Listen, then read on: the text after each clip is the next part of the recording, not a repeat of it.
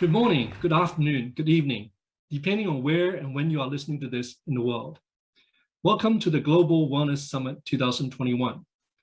The theme of this year's summit, the new era of health and wellness, is very timely for the wake-up call we're all going through, which has already caused dramatic changes in our lives, our world, and indeed our health and wellness.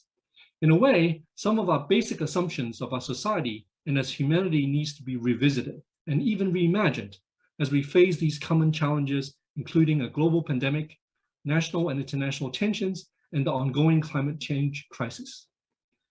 The wellness community also have to step up to respond to these challenges, to explore what wellness means to us and what it should mean and contribute to the world.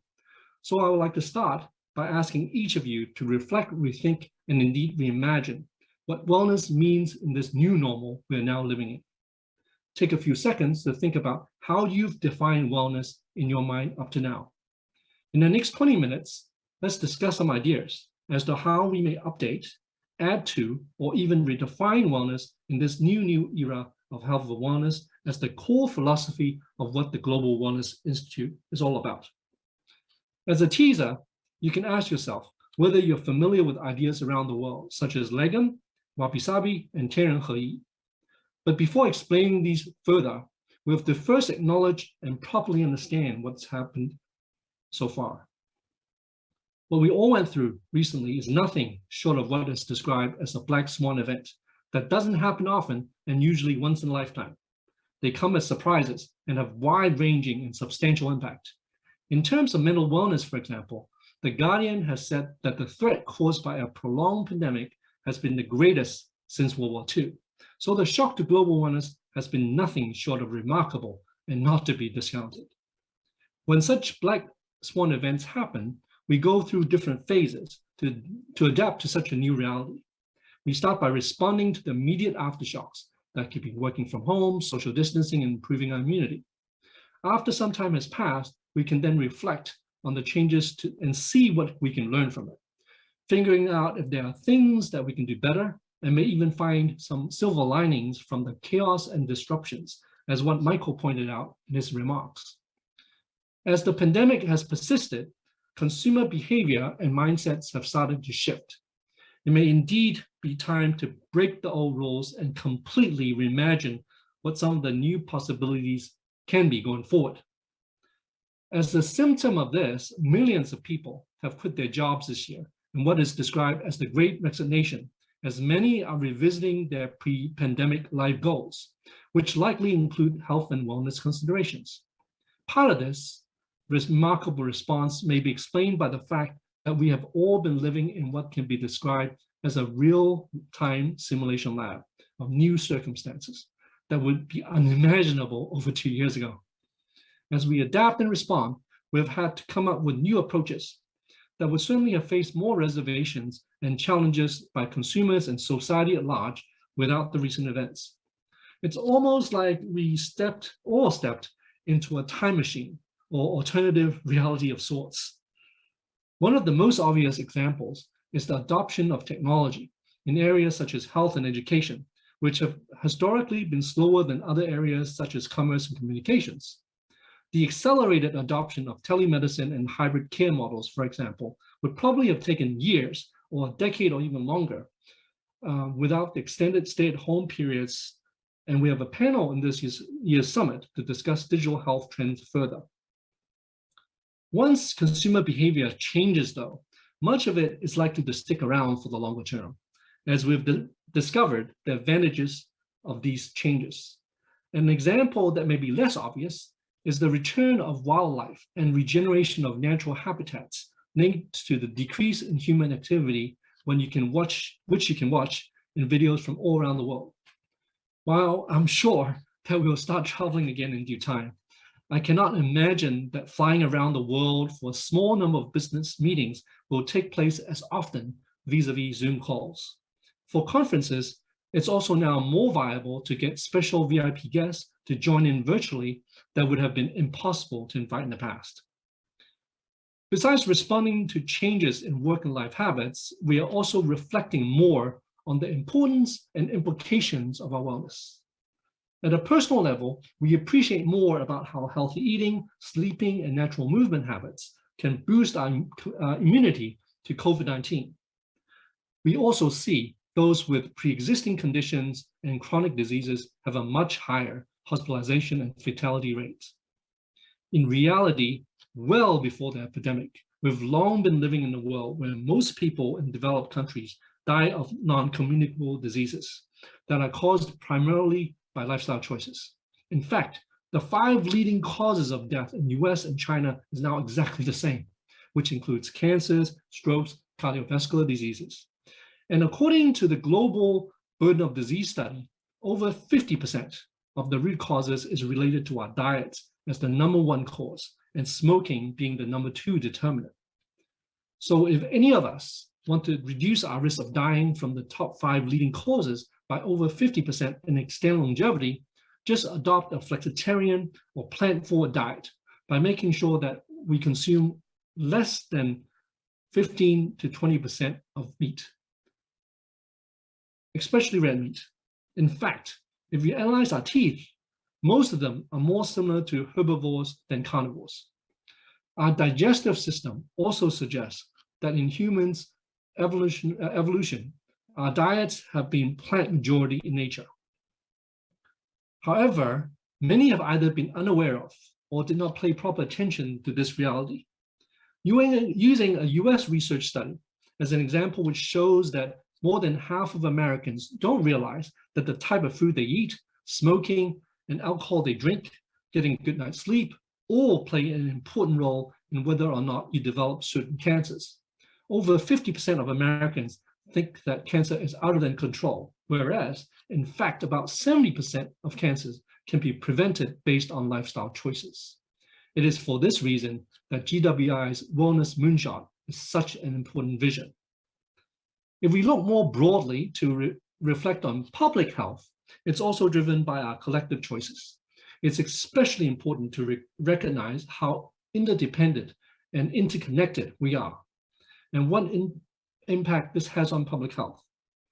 Infectious diseases certainly know no boundaries, and new COVID-19 variants like Delta can emerge from any corners of our Earth.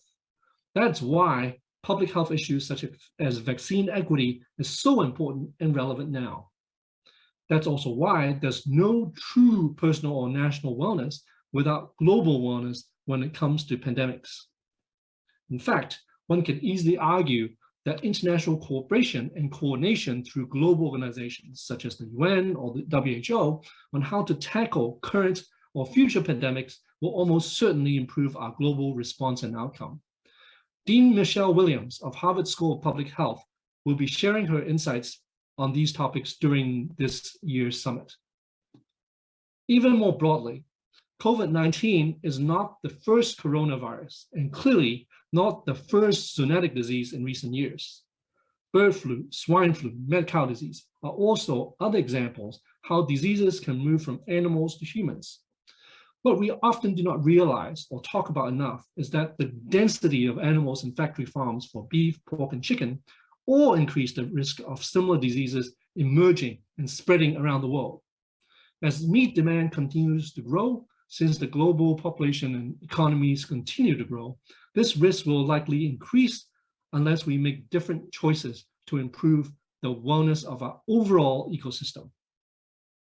The interest in recent years by consumers and businesses in the area of new or alternative protein movement, which is derived through plant-based, fermentation, or cell-based technologies, is a sign that more people are starting to pay attention to the importance and potential here. Indeed, any system changes often start with our individual and collective choices, especially as we reimagine our lives under the new circumstances. The way we conduct work, especially for knowledge workers, is now remote first, where home office, digital nomad, and gig economy has become much more commonplace. There's also a back to the nature or nature first trend after being stuck at home for so long, and more are looking for destinations in the great outdoors. We have rediscovered the healing power of nature and the sense of well-being that it brings to our lives. For health and wellness, like many other applications, care is now hybrid in nature, taking advantage of the benefits of both online and offline models. In addition, wellness has become front and center in our lives in the form of wellness-first thinking. For physical wellness, part of this is to prioritize prevention rather than cure, proactive lifestyle choices rather than being reactive to infectious and chronic diseases. For mental wellness, we have to realize that stress and anxiety are also often self-inflicted, and the solution may just be a change in our state of mind. Proven methods like meditation and increasingly breath work can also be helpful here. In fact, we'll be sharing some recent scientific research on breath work conducted by the Stanford School of Medicine for the first time publicly in this year's summit. With all this in mind, we should also try to reimagine our world in a more holistic and positive way to see how we can improve our global wellness by adopting a global mindset in wellness. The obvious, but somewhat difficult thing to do is to encourage inclusive communication and cooperation globally, rather than divisive geopolitics that has been running rampant around the world. The recent COP26 conference in Glasgow is an example of a step towards that direction. Another key is to prioritize what is truly important as we face our common challenges in the future. In recent decades, the world has been focused on economic growth as the primary measure of success, from GDP growth for countries to revenue and profitability growth for companies, usually without considering any of the indirect costs in promoting this growth, including but not just costs to the environment and human health. Humanity has continued to look for more, better, and faster with no end in sight. The degrowth movement is a response to this reality of endless consumption and consumerism. More countries like New Zealand and Bhutan are realizing that well-being and happiness are likely better measures to how well the country is serving its citizens. The recent emphasis on ESG goals and the green economy for companies and investors is also a good sign that changes are happening. Adopting such a global and holistic mindset, United Nations coined a term, One Health, which describes how human health, planetary health, and animal welfare are closely interconnected and all converge as one. In the area of food production and consumption, for example, agriculture is actually one of the top sources of greenhouse gas and methane emissions. The beef cattle that's imported from Brazil and the animal feeds that they consume is directly driving deforestation of forests in the Amazon. Indeed, there are many examples like this that illustrate clearly that we are truly living in one world, where humans, animals, and our planet are highly interdependent. Another aspect of having a global wellness mindset is how we can learn from each other and identify best practices around the world. GWI is considering to launch country wellness editions in the future to highlight key philosophies, learnings, and practices in different countries. But let's start by discussing a few ideas I mentioned earlier. Wellness incorporates, among other things, positive health, happiness, and longevity. So let's start with happiness. According to the World Happiness Report, Scandinavia is consistently among the happiest countries in the world. So let's look at one of the philosophies that has been popular in this region, the idea of lagom. Lagom is originated from Sweden, and it is to have just enough, not too little and not too much. Lagom implies a spirit of balance and equilibrium, moderation that's much needed in the modern world. It also incorporates the idea of gratitude and appreciating what we have. Constantly looking for more suggests that what you have currently is still not enough. But the lagom's idea of having just enough and not necessarily wanting more means that you're happy with your present state, which may partly explain the sense of happiness that's measured in the World Happiness Report. The environmental impact of lagom is also positive. Buying just enough, wasting less, and using what you have are great ways to live sustainably. Similarly, the Japanese minimalistic philosophy encourages people to lead a simple life where their home is simple, clean, and easy to maintain through decluttering, and only living among items they truly cherish. This is consistent with Legum's philosophy of having just the right amount and having only things that are important to you. Speaking of Japan, it's one of the countries with the highest longevity, another important measure of wellness. One of the longevity blue zones, in fact, is in Okinawa, an island in southern Japan. So it's also useful to look at some of the life philosophies there. Besides minimalism and ikigai, a philosophy of life purpose shared 2 years ago in the Global Wellness Summit in Singapore by Yuriko, who was the GWS co-chair that year, there's another important Japanese tradition called wabi-sabi that may be helpful as we reimagine wellness. Wabi-sabi is the art of embracing imperfection. Like the teacup in the picture that has been put back together after being broken, it's in fact considered more special than one that's flawless. There's a subtle but important distinction between not seeking for perfection or the next best thing and actually embracing the beauty of imperfection. I mentioned before the problems of mental wellness are sometimes self-inflicted, and understanding ideas like wabi-sabi may be a good antidote for the perfectionists among us.